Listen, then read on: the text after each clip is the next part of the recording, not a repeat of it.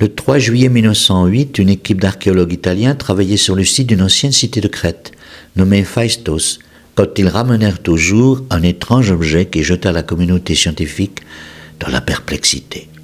Il s'agit d'un disque d'argile de 16 cm de diamètre et de 4 cm d'épaisseur, retrouvé dans de la cendre au milieu de tessons de poterie et surtout recouvert sur ses deux faces d'une série de 45 signes différents disposés en spirale sur une ligne du centre vers l'extérieur.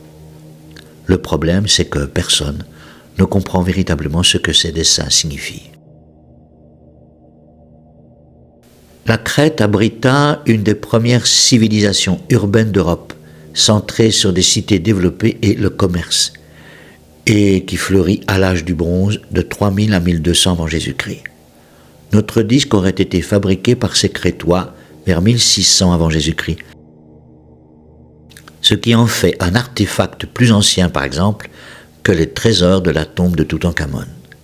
Ces Crétois appelés Minoens étaient longtemps tombés dans l'oubli avant d'être ressuscités par Sir Arthur Evans, le découvreur du palais de Knossos au nord de l'île en 1900, quelques années seulement avant la découverte de notre disque énigmatique. Car l'énigme semble totale à propos de cet objet dont personne aujourd'hui ne comprend l'usage ou ne peut percer l'éventuel message, car nul ne sait ce que signifie cette longue série de signes, imprimés un par un dans l'argile à l'aide de tampons. Certains pensent à une invocation des divinités de la fertilité, ou bien à une liste de personnages, ou bien à un calendrier. D'autres aussi pensent à une forme de jeu ou une forme de calendrier céleste, mais aucune certitude, d'autant que le disque précède l'invention de la première écriture crétoise déchiffrée, le linéaire B, son ancêtre le linéaire A restant encore illisible. Si l'écriture minoenne est l'ancêtre du grec, elle reste encore incompréhensible. Il faudrait pour la décrypter trouver en Crète une pierre comparable à celle de Rosette, cette pierre qui permit de comprendre les hiéroglyphes il y a 200 ans.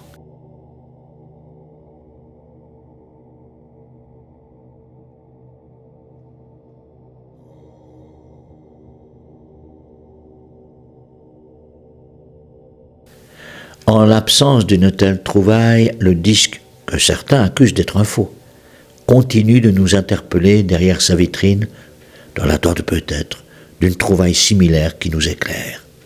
À ce jour, les archéologues attendent toujours cette clé. N'oublie pas de t'abonner.